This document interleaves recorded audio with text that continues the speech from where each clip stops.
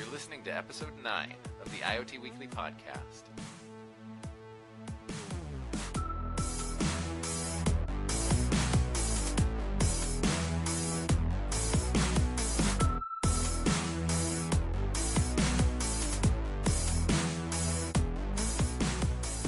Hello and welcome to episode number 9 of the IoT Weekly podcast, brought to you by Gearforge Software.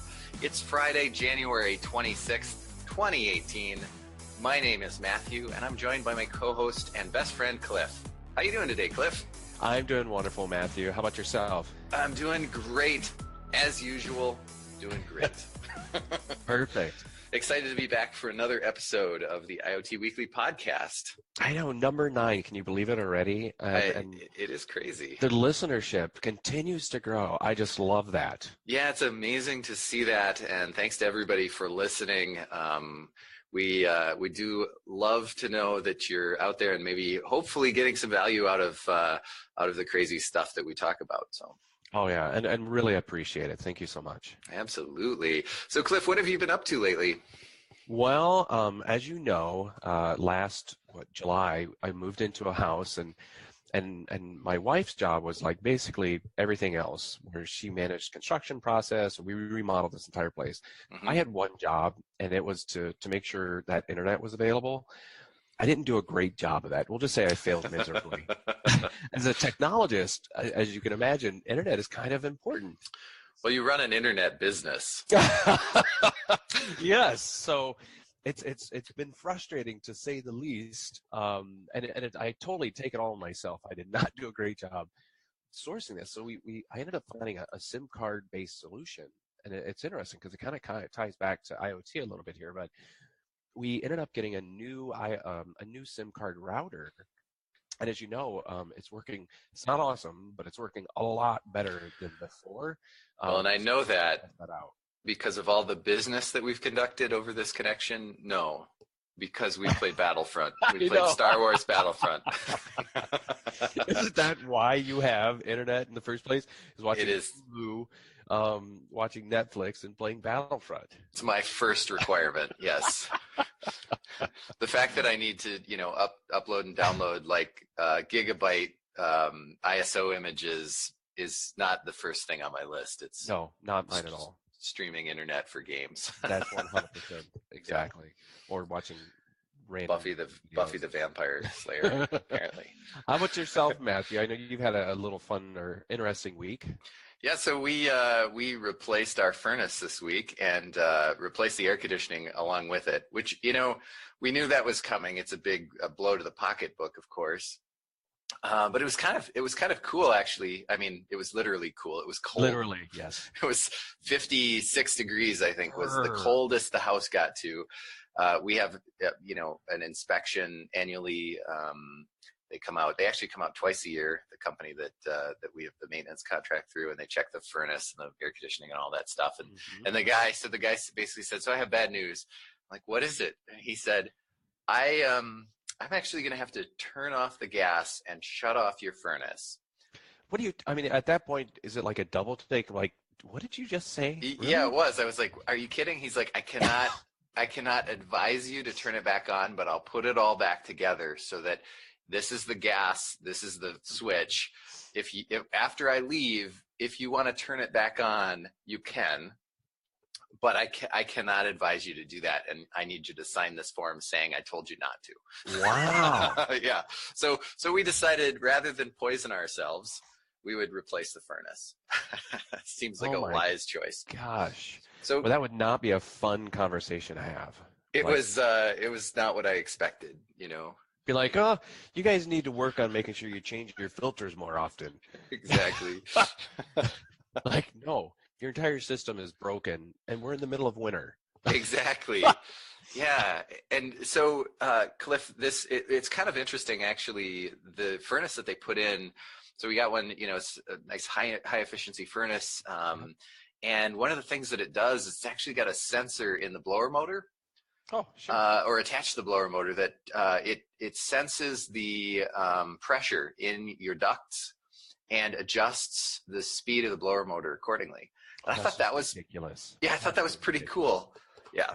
I was And super when you curious say about this whole ducks, thing. you mean like heating ducks, not like quack quack ducks. Like I have you have ducks walking around the house with your I have no idea how to sense the pressure in a duck, but I know how to sense the pressure in a duct. This duck is high pressure. That's a very high pressure duck. We need to do something with that. It looks stressed. Very, very stressed. Yeah, so I thought that was cool. We got a new thermostat. It's, it's like all the things I talk about. So it connects to the Wi-Fi, and I can control it with my phone. So have you tried playing with that yet, or is No, that that's a weekend project. Oh, cool. But actually, my weekend project is I want to do some research. I want to know what it's running. Sure. I want to understand what the update process looks like, because Does this mean you're going to crack it open and actually look at the microcontroller in this thing, or not? I'm not going to do that. Oh, okay. But I do want to learn a little bit more, because we talk about this all the time. Basically, once it can connect to the internet, I'd like to know how I know that it's up to date and not part of a botnet gang or something. Exactly. Like, now Matthew's house has just been added to the botnet. Exactly. Suddenly my blower motor starts, going full speed all the time. Like yelling at your kids, why did you mess with my thermostat again? My furnace is buying Bitcoin. I don't know. And just not kidding. By any means helping you. No, of course not. Yeah, so it's pretty interesting actually from just the technology standpoint. Our furnace was old. It was 20 some years old. So time to go for sure. Yep. And really excited about the new one. Plus I like the efficiency. I think that's going to be great.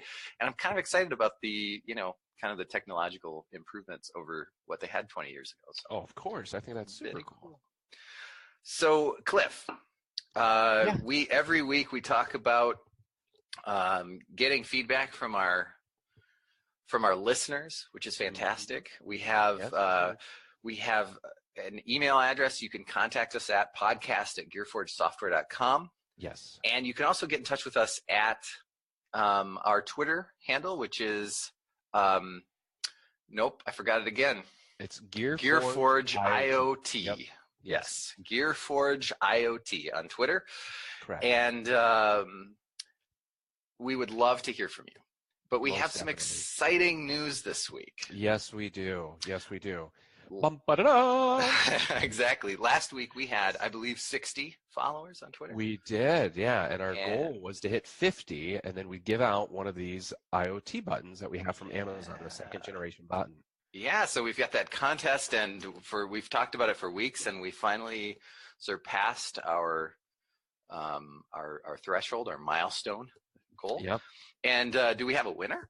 We do. So there was a random selection. I wasn't involved at all in the selection process. As you know, we have our intern, Zeneb. Unfortunately, she's not available to join us today. She went through the random process, very scientific, of course. And I actually have no idea. For all I know, I have no idea. She could have put them in a hat and pulled them out. But Casey, I'm not going to give out last name, has won an IoT button. And yeah. Well done, Casey. Great job. We'll be shipping it out. So I'd love to hear from Casey what he ends up building. I'm super excited.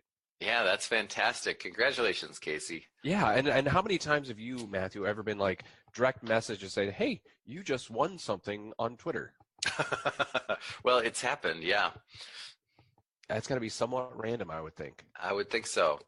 Yep, absolutely. It's great. I'm glad we can give one of these away. I'm so excited. We've got more exciting news. Yeah, we actually have now hit over 100 followers. What was it this morning? 119. Nice. Yeah. So we're picking another one this week. Ooh, that's awesome. One more winner. So if you haven't already followed us, please come to Twitter. Follow us. Gearforge IoT is the Twitter handle, and we're gonna keep doing this contest. We have more buttons to give away. So our next milestone will be 200 followers. Oh my gosh, I can't wait. And remember, again, this is all very scientific. 100% scientific. 100% scientific. But if you follow us, you'll be in the running for the next button for the 200 milestone. If you retweet any of our tweets, boost us, right? We'll just throw your name in the hat a few extra times. So and we're seeing tweets, retweets, likes. So it is very comforting to see that. Yeah, absolutely. And it's just you're helping us out. We're just starting this thing off. It's been 2 months now. We've been doing the podcast. And, so we're really just at the beginning, and we're trying to get some people to even know that we have the podcast and getting some more interaction. Like, we would love to get questions, topics, anything from the audience that you might want to contribute to the podcast. We'd love to hear it. If you want to be part of an interview with us, we would love to talk to you. If you're involved in IoT or have some strong opinions on IoT, we'd love to hear from you. Definitely. Our goal for this podcast was really to try to get something out there that would be an easy way to get a little recap of the news that you might not run across automatically. And maybe get a little bit of conversation going around some of these topics. So please get in touch. We'd love to hear from you. And very exciting to see that there's so many people following us on Twitter now, and we just want to keep that growing. Get the word out. So thank you for the retweets and the follows. And we actually even got a review by one of our listeners on our iTunes account. Oh, that's fantastic. Yeah. Awesome. So we had a 5-star review. They really appreciated it. So thank you very much for leaving that review. We so appreciate that. That's awesome. And I love to hear that. I would love to know, if you do get any value out of the podcast. Sometimes it feels like we're just talking into the void, because we don't get to have a one-to-one conversation with you, the listener. But we'd love to hear from you. So if you do get value out of it, or if you think, man, you're really getting this topic wrong, please let us know. We would love to hear the feedback, good, bad, and ugly. And that'll help us get better at what we do. 100%. All right. So we're lucky enough to have a sponsor. We are. Again, it's kind of nice. The sponsor takes care of us and gets us ice cream on occasion, and once in a while gives us some toys to play with here. So we really appreciate that. And who's our sponsor, Matthew? Our sponsor is Gearforge Software. I do have a lot of toys. That's true. Yes. So Gearforge Software was founded to focus on and develop IoT technology and custom IoT solutions and other custom software solutions. So as you know, Cliff, when you're trying to develop a new idea, it doesn't matter if it's IoT or not, anything in technology or business, there's just so much stuff to consider. But I think it's a little extra challenging if your idea is really an IoT device, because there are so many components, right? You've got the hardware piece, you've got the software piece, you've got the connectivity piece, you've got the security piece, right? Yeah. And then on top of all of that, you've got the usual product development challenges, such as validating that your product idea is viable, pricing, marketing, all the stuff, right? So there's a little, we don't talk about it very much, but Gearforge Software is focused on really IoT technology, custom software.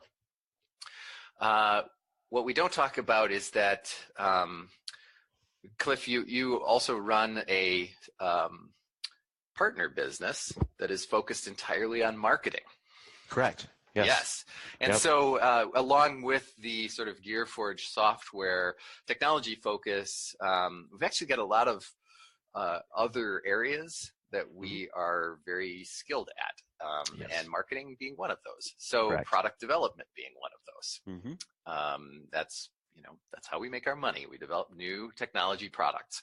So Gearforge Software kind of brings together this whole umbrella, right, of technology, product development, software, hardware, security, marketing, right, with resources for whatever you need. Correct. And that might be from, I have a brand new idea and I need some consulting, or I have an idea that's really very close to market, but I need some help because I need a web backend where I can manage my devices. This is literally the need that we had a client, come to us for. Yeah. And everything else figured out, don't have a way to manage the devices from some kind of web portal, right? Correct. We can help you with that. Definitely. At the same time, we can figure out do you have any security holes? Which, often that's the case. It is, unfortunately. We can do an audit of your technology to tell you a set of recommendations. So Gearforge Software has a bunch of different capabilities, and really, bottom line, if you're heading in this direction, you need some tech advisors who will help guide you through the Wild West of the digital frontier, as we've been calling it. And we've got 2 IoT labs. Gearforge Software can bring your prototype to life. Yes. And you can learn more at gearforgesoftware.com or get in touch at Gearforge IoT on Twitter. We'll be happy to set up a call and talk to you about what it is that we do. All right. Well, I think we've got the rough part out of the way. So, were you ready to dive right in on some of the new stuff coming up here, Matthew? You're assuming this next part's not going to be rough. That is my assumption. Yes. So let's see if we're proved wrong. So now on to the main segment. All right. And so what do we have? What's first? Well, I know what are your areas that you were really interested in, and tell me if I'm wrong, but security, right? Yeah, absolutely. So, security and privacy, I'd say. Yep, I would totally agree with that. So here we've got a story about an unusual new IoT botnet spreading rapidly via peer-to-peer communication. Yeah, you share a little about that? Totally. This is super interesting. This article showed up. I actually saw it just this morning on zdnet.com. Okay. It's by Danny Palmer, the article was. And basically, Bitdefender has found this new IoT botnet. It's targeting cameras from out of a South Korean manufacturer, I believe. And Bitdefender has called this hide and seek, HNS. And it looks like basically, so it has a custom peer-to-peer protocol. So previous botnets have been using BitTorrent protocol. This one is not BitTorrent. It's peer-to-peer, but it's something else. And it is spreading fast. So apparently it started with some initial reports that there were 2,700 devices that were infected, and that was January 23rd. Today, there are 24,000 infected, and they're all over the globe. And apparently, it started with a network of just 12. So, are these only cameras, or is this spread now beyond that, or what is this? No, I think from my understanding in the article, that's what it's targeting. It's specifically cameras? Yeah. Yep. Do you know the brand at all, or? I can check the article and see if it has it in here. So it says, where is it? That's just wild. That's so fast. Isn't it? Spreading. That's just crazy. 12 devices to 24,000 devices in just days. That is just ridiculous. Wow. Yeah. So here's what it says. It says many of the initial infections appear to be based around IP cameras made by a South Korean manufacturer, but the botnet isn't specifically targeting these devices. This only appears to be an initial starting point for carrying out attacks against other hardware. It doesn't specifically mention other hardware, though. Okay, sure. Well, and I've got to bet that people are going to see this and then have potential copycats, right? Yeah, seems to be how it goes. So it looks, this is one I'll follow because, as you mentioned, I'm always kind of interested in the security side of things. I'm very interested in this. We've actually had problems with this indirectly in that some of these big attacks that were carried out via sort of IoT network botnets have affected some of our services for clients, like web services for clients, right? As some of the big providers that we use went down for most of a day, and most of the internet was affected, obviously. But so I kind of got interested at that point, and I'll keep following this one. So it's kind of a big deal. Apparently, this botnet can do data exfiltration, code execution, and interfering with a device's operation. So it's serious. That's just wild. Like, I'm going to take your photo and I'm going to repush this onto my own Instagram account. Yeah, or just wipe it out, or do some other malicious thing, or these are IP cameras. So what control do you have now of the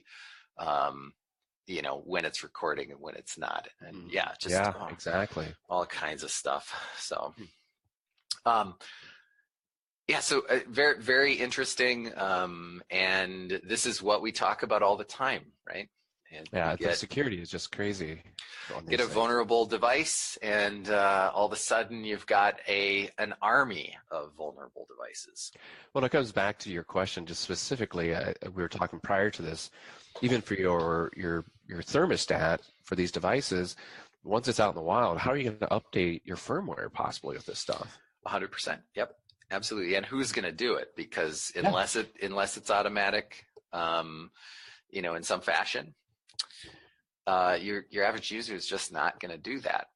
I mean, you wouldn't even know to. How would you even know to? So no, again, it's got to be some sort of automatic update. Yeah, which is challenging. Yeah. So next up, Internet of Things think tank. That could be a tongue twister. Yes. Forms in LA. Yeah. That's the headline. What does that mean, though? You want to unpack this one for us? Yeah, I'd love to chat about this. So it comes from the site dailytrojan.com. The author is Eileen. And what it is, yes, I have some problems with the name. I do too. It sounds like it's either a condom or it's malware. Doesn't it? Yeah. I realize I seen that and I just cringed when I was like, oh, I've got to read this. I was hoping you wouldn't notice, Matthew. Oh no, I'm going to point that out. Oh, so yes, on to the story. I may be blushing at this point. So a consortium recently formed by the USC Marshall School of Business and USC Verdigbe School of Engineering, and is in the works of transforming the city of Los Angeles to generate an Internet of Things system that allows companies and residents to generate community-managed data marketplaces. And here's a quote from the lab, and it says, the way cities are going to become smart is not from one single vendor figuring out how to develop a smart city solution. It's going to happen when there's a whole ecosystem of business partners, government agencies, academics working together and having their products and services interconnect with each other easily. What really caught my eye about this article, Matthew, and this is something essentially that I'm really interested in, and I think I told you that last week, I ended up going to IoT Fuse. It's a local nonprofit, really focused on education around IoT. And one of the biggest thing I've noticed, and I talk to IoT folks daily almost at this point, if not many times a day, is it's just the number of individuals that feel like they're essentially on an island from an IoT standpoint is just crazy. I really feel there's a lack of potential community around this, and I think this goes to show that in LA they've recognized this, and they're trying to focus on how do we bring this together, just because of the fact that IoT, or a lot of times we hear it called smart insert, whatever you want to call it, right? As you can imagine, it goes across so many different technologies, different professions, large to small manufacturing firms, healthcare. It's just so broad spread, and it's B2B and B2C. And trying to go this thing alone, I think, is not the appropriate way to do this. I really do believe that do you need some local consortiums to help out? Because I think it can really build from that standpoint, because people are really still just, they're not even connected yet about who do we talk to if we need X, Y, or Z from that standpoint. Absolutely. Yeah, and that quote comes from, it looks like a professor at Yeah. University of Southern California, Bhaskar Krishnamachari. Nice job. Well, I don't know if it's, I might have gotten that way off, but yeah, and I think that's an interesting perspective. I do want to challenge this quote just a little bit and see what you think, Cliff. So, Yeah. So he's saying, it's not going to be a single vendor. It's going to be an ecosystem. And I think, my brain goes there. It's like, yep, okay, that makes sense. But I look at what have big institutions, what have cities, I mean, it seems to be, it's more likely to be a single vendor solution in those cases, at least historically. I mean, you think about like, people go with Microsoft, and when they do that, they get everything from Microsoft, right? It's like, I've got my Office suite, I've got my Exchange server, I've got, everything, right? Why? Because it all just works together easily. And, if they're a big enough entity, you get somebody to come in and configure everything for you, right? Yeah. And the vendor supports all of it. And so you've got one set of legal agreements. You've got, you really have one place to go for administration of all of it. Your sysadmins, have an easier time. And when you get a bunch of disparate systems, even if they talk to each other, your management overhead goes up. You've got more, you've got more time spent reviewing legal agreements and all this. So I wonder, is that really how it's going to evolve? Is it really going to be an ecosystem? Or is it going to be that in the early days, there will be an ecosystem because there will be a lot of small players who are testing the market, which will get acquired by big players. So in 10 years, we'll have single vendor solutions for cities. Do you see where I'm going with that? Yeah. Yeah, I actually agree with you from that standpoint. I think he really should have focused more on not so much selling a system to a city. I think they should be focused more on particularly like there's like the standards. Like really, I think we got so many standards right now. Yeah. Develop a set of standards. That's where I think academia could really assist from this standpoint, is if we could actually have a uniform set of standards to leverage in the smart city. I think you're totally right. I do, even with the standards though. So let's say connectivity, integration, let me call it integration. Let's say integration is not an issue, right? Let's say that the components of the ecosystem all integrate nicely, but there's still work there, right? Just as when we've got to connect, our accounting system to our bank account.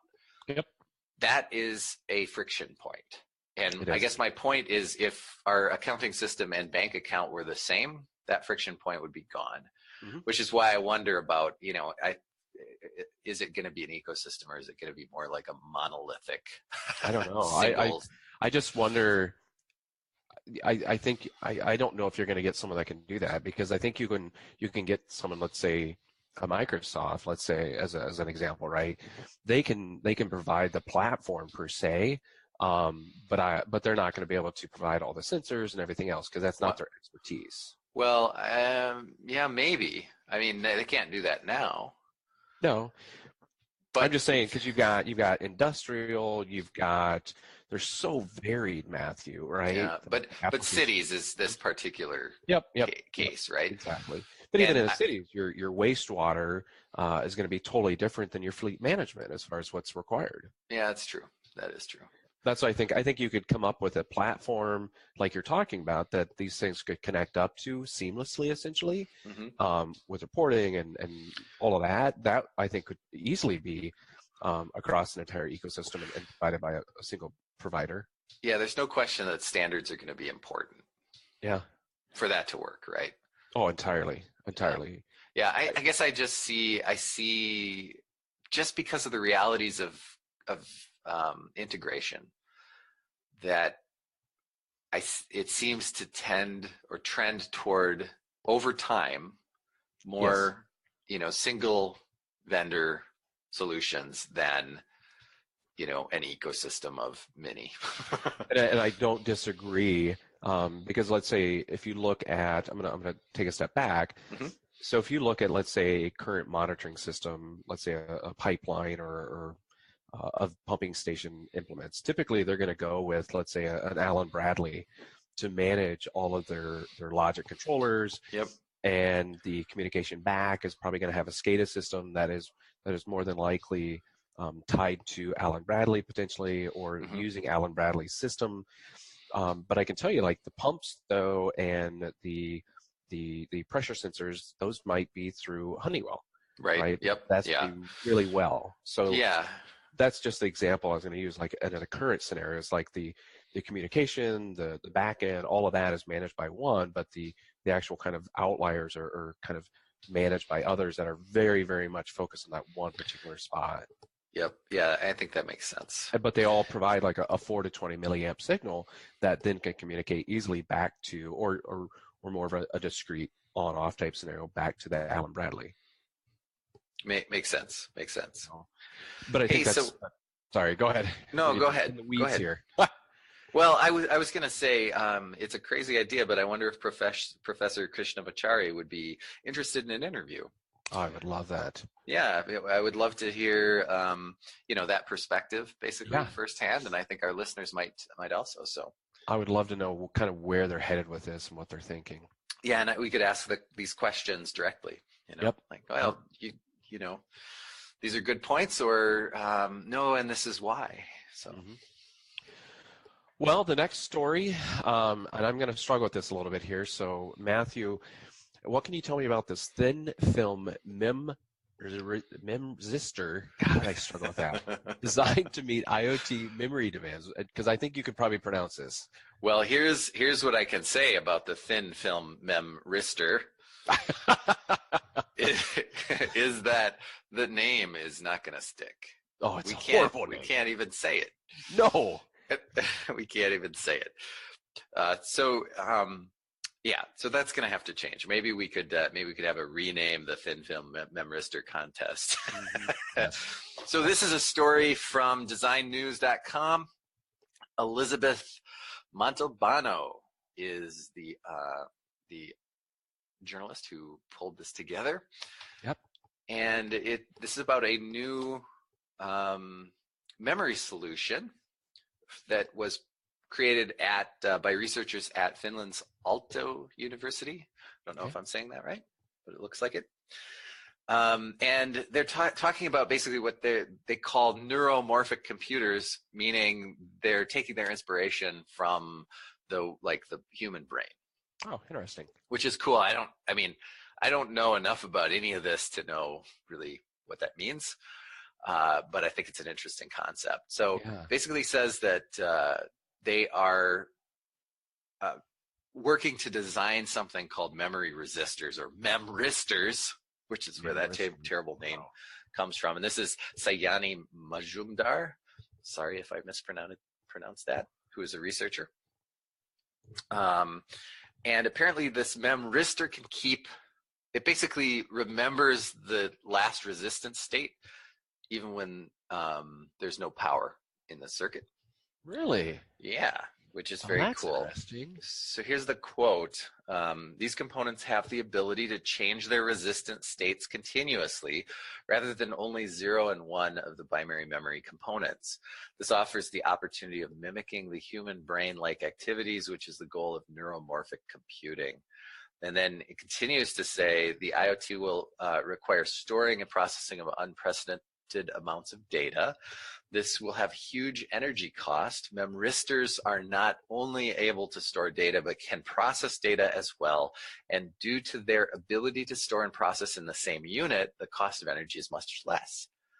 So so this is kind of an interesting, again, I don't know. I don't know enough about this research to tell you much more about it. Sure. But I kind of love, there's a lot of work being done that I'm not really up to speed on about some of these new computing technologies. And I love this because, we've got sort of what we understand is this is the sort of stable state of computing at this point, right? Mm-hmm.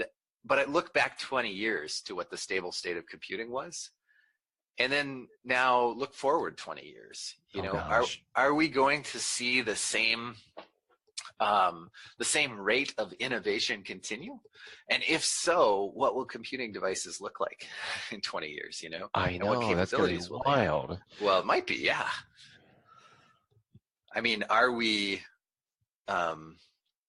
barreling toward a science fiction future faster than we think we are? Quite possibly. Quite Yeah. possibly. Huh. I really like this article just because more so from I'm always concerned about the energy usage, right? Because in a lot of these cases, you want to throw it out there. I don't have to change a battery for another year, right? But Totally. I mean, if you're sucking up power every time you've got to have this, that's a huge scenario because we're talking about minuscule amounts of energy that we need to use for these things. So I love the idea. I'm just curious how long is it going to take to actually get it out of the laboratory and into an actual chip and mass produce. Yeah, and that's the reality. I mean, I'm always interested to see these sort of research articles, like researchers have found, but a lot of times there's a big leap between that and actually something that we'll see being shipped with devices. Yep, precisely. So, I mean, this could take years yet for them to get it to the point where they can actually produce these things or someone picks it up and moves forward. Yeah, absolutely. Yeah, I know there's a lot of work being done on quantum computing right now, which is not related to this, but just kind of an aside. And it's sort of, it's like really exciting, but I get more excited when it's something I can buy on Amazon, right now. Yeah, So, have it shipped to me. Yeah, exactly. It's like, yeah, I'll take one quantum computer. Yes, I'll take one, and I'll put it in. I'll take up the entire garage. Oh man, that's sub-zero temperatures. So it sounds like Pennsylvania has been doing some stuff with IoT. What's that all about? Well, so Pennsylvania, and so I like this story specifically, Matthew, because I'm really interested in a couple different things. So number one, I'm always interested in concrete IoT implementations. That's something I'm always looking for. Yeah, because it's I mean, just getting a definition is one thing, but saying, all right, what can we actually do with this is different. So Pennsylvania has connected 5,000 state vehicles to the Internet of Things, and this comes from from statescoop.com by Jason Shu. Bunch of tongue twisters. And they are. It's just rough today. And so Pennsylvania is using the Internet of Things and real-time analytics to track half of its roughly 11,000 government-owned vehicles. The state announced the project in a joint release with the IoT company CalAmp last week, describing the effort as a way to improve operations and safety through better data collection and monitoring. The analytics and IoT solution, called Fleet Outlook, will give the state real-time access to its vehicle fleets with a central dashboard that can monitor vehicle status and current driving routes. So my understanding, and this isn't the first one, I've seen another one too where folks are doing it with buses, which I think is just awesome. And what happens is these are all, a lot of these are cellular based, is my understanding, Matthew. And it comes back to that connectivity piece that I'm super curious about, right? Yeah. And a lot of these they have GPS, accelerometers, and everything else into these tracking devices, and it can literally tell you, this vehicle is constantly speeding, right? Because now you've got map data and everything else, or these vehicles are literally going to the same spot, or we're not even using half of our vehicles. We could probably scale back, or we've got these vehicles that we've assigned to individuals that are only running during the morning and these in the afternoon. Well, it's interesting. Every time, so I think about the power of data. Yeah. Right. So you think about running the business, right? Just we did an exercise this last week, with looking at maybe some numbers around line items in the business, right? Yep. Yeah. In more detail than we have before. Yeah. And sort of our projections for this next year, and it's just amazing what that little extra data does for your decision-making process. It's huge. The problem is that if you don't have an easy way of collecting it, like, you know, in the case of finances for a business, it's like, well, you go through the accounting system, right? Sometimes the accounting system doesn't tell me the data I want, right? But in the real world, it is really very difficult to get all the data you want. So you think about a fleet of like 11,000 government-owned vehicles. It's like, well, now you're administering that. What data do you want? And, you know, like, how do you collect it? And just having it show up, right? Like, what a huge change that must be to the people administering that program, that system. Just think about that. Like, all of a sudden, your point about vehicles, like, hey, we're only using half the fleet. On the average day, we're only using half the fleet, you know? On our max utilization, we're using 75%. Yeah. Like, that completely changes your view of everything. Like, because I mean, it's one thing you've got it's just empirical data where you've got someone saying, oh, we definitely need this. I need it. I need the car. Hey, this is really important. So that's really tough to quantify if you don't actually have information to be able to back you up. And 11,000 vehicles, that's actually a significant amount of cars or trucks, vans, whatever that is, to track. I can't even imagine trying to personally track 11,000 vehicles. No, it's got to be quite a process. Oh gosh. I mean, being able to know when they're in use, where they are. I mean, man, I would think that would be a huge visibility. And I think just specifically knowing that, hey, we got this information. I think you can get some basic information right up front. You got your kind of the big hitters. But I think down the road you're going to find out additional bits and pieces, like normal kind of data analysis that you didn't even realize, and you're like, oh my gosh. And then you'll end up having more questions in typical fashion when it comes to data. Absolutely. Yeah, it's really interesting. Yeah, so I think we're going to see this really change and grow, especially with this connectivity and vehicle tracking. Yeah, it seems like asset tracking in general is probably one of the most immediate things that, you know, comes to mind for me, at least when I think of, you know, practical everyday uses for IoT. It's like, and it's at the point when the cost of that gets low enough, because tracking vehicles makes sense, right?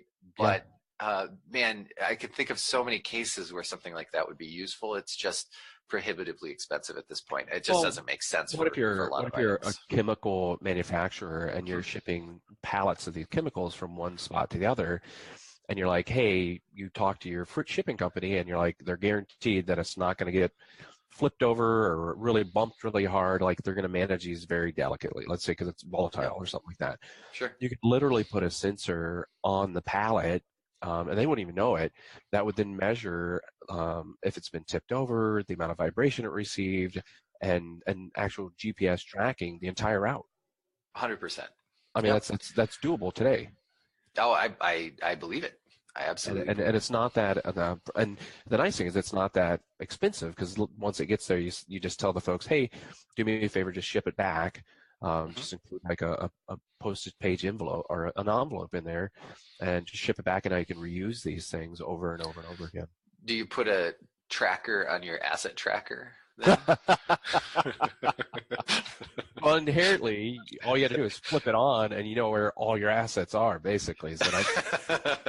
So it's like it has an inherent tracking on the asset. It tracks itself. It does. It totally does. That's the awesome thing. I can tell that's in your office. It's sitting on your desk. Would you please send it back to me? Yes, I know you have it. I can see it right here. You just picked it up, didn't you? It just vibrated. That's right. Yes. Oh my gosh. That's good. Well, do we have any more news for today, That's Matthew? It for today. Okay. Yep. Plenty of items, but we're always looking for feedback. So as I mentioned before, shoot us a message at podcast@gearforgesoftware.com, or check us out on Twitter. Gearforge IoT is our handle there. We would love to hear from you. As I've made the whole spiel earlier, so I won't do it again, but good, bad, or ugly, please get in touch. All right. And that pretty much wraps things up for this week's episode. Do you have anything fun you're planning for your weekend? Well, as you know, I do have some Battlefront plans with you. Yeah, absolutely. And I'm gonna then kick my kid off of the PlayStation there tomorrow you go. afternoon. And I'm going to get wiped pretty hard in Battlefield. If I get one kill, I'm pretty happy. So I'm not very good, guys. I'll tell you that now. It just Um, takes practice. yes. And then I plan on actually, I got a project that I want to do. So I'm Mhm. gonna try hacking a doorbell, possibly using either Arduino or just a really simple Raspberry Pi. Um, and trying to tie it back to like either Twitter or Slack or something like that, just for fun. Fun. That sounds like a good time. Yep. How about yourself? Well, I'm going to be playing Battlefront with you. Yes. Yeah. And then I have been just having the best time with Django lately. And I've got a couple of things in mind that I want to try out this weekend. Actually got a client project that I've been working on, and I'd like to kind of take some learnings there and see if I can turn them into more of a generic library type Oh, cool. scenario. That Yeah. sounds like fun. Yeah, totally. I got to say that, I mean, I've talked about it probably enough, but I have just loved that framework. Man. So, yep, that's good. I got a long list, though, of stuff that I want to try out, on my Oh, weekends. sure. It's just trying to It's just picking the right one, right? picking the right one. Yeah, exactly. So thank you so much for listening. We do hope you'll join us again for next week's show. And until then, so long and be well. Take care.